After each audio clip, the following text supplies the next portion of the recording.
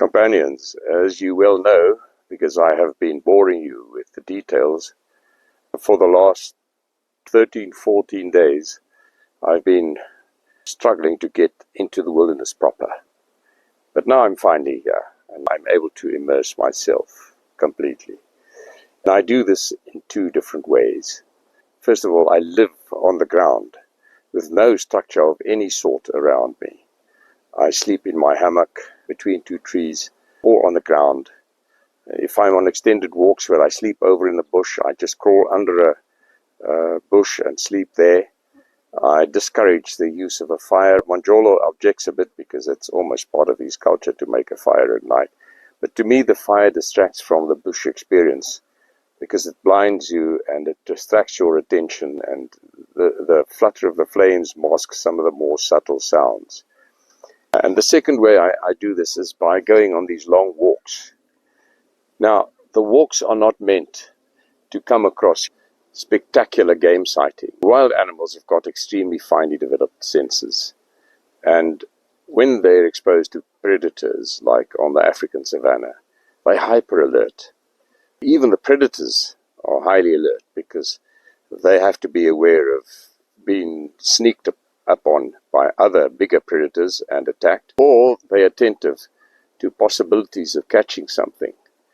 So the chances that one can actually move up to a wild animal in the African savanna, if you're just walking and not stalking, they will become aware of you long before you spotted them, through smell or sound or sight, or even vibrations on the ground, and move away before you've even seen them, because wild animals don't like people, contrary to what the people believe. They actually try to avoid them. It's only the people that force themselves onto the animals all the time. So the walks are meant to get close to the bush, to feel it on my skin, to have it touch my soul, to smell it, to see it, to enjoy the beautiful, in this case, miombo, mainly. And if I spot game in the course of the walk, it's a bonus. So Manjolo and I set out westwards, roughly parallel to the Luyana River. It was about 3 kilometers or so away from us. And very soon it became evident to me that there's lots of game in the area.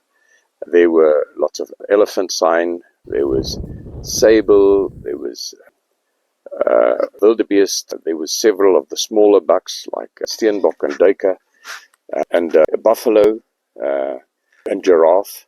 So there were lots of game around. Now, it's not so easy to spot game sign if you're not walking across an open area. But with the trained eye, one can actually still see them. Also other signs, which I'll tell you about later as we go along. About an hour from camp, we came across a herd of wildebeest. We didn't see them. They were in the thickets. We just heard them. There were about 20 of them. It was a breeding herd of cows and some young. They were quite noisy. So we carefully moved a bit closer, and we were able to catch glimpses of them. I didn't want to influence their behavior in any way or scare them away, possibly. So we carried on westward, and at around midday we had a rest in the shade, nice pool of shade. We had an orange and a snack. Often on hot days I rest over from about 11 till 3. But today we were only about 8 kilometers away from camp, and I thought we'll carry on westwards for a bit and then loop back in one walk. So we carried on, and a bit after midday we came to a waterhole.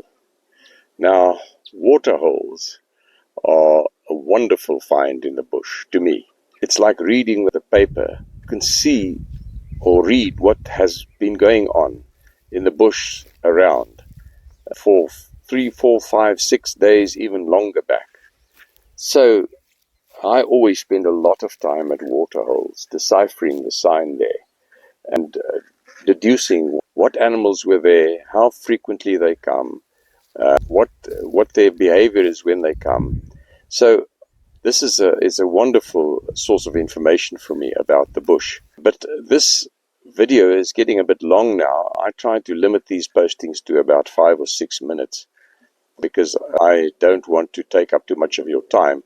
So next time I'll tell you about what I saw at the waterhole.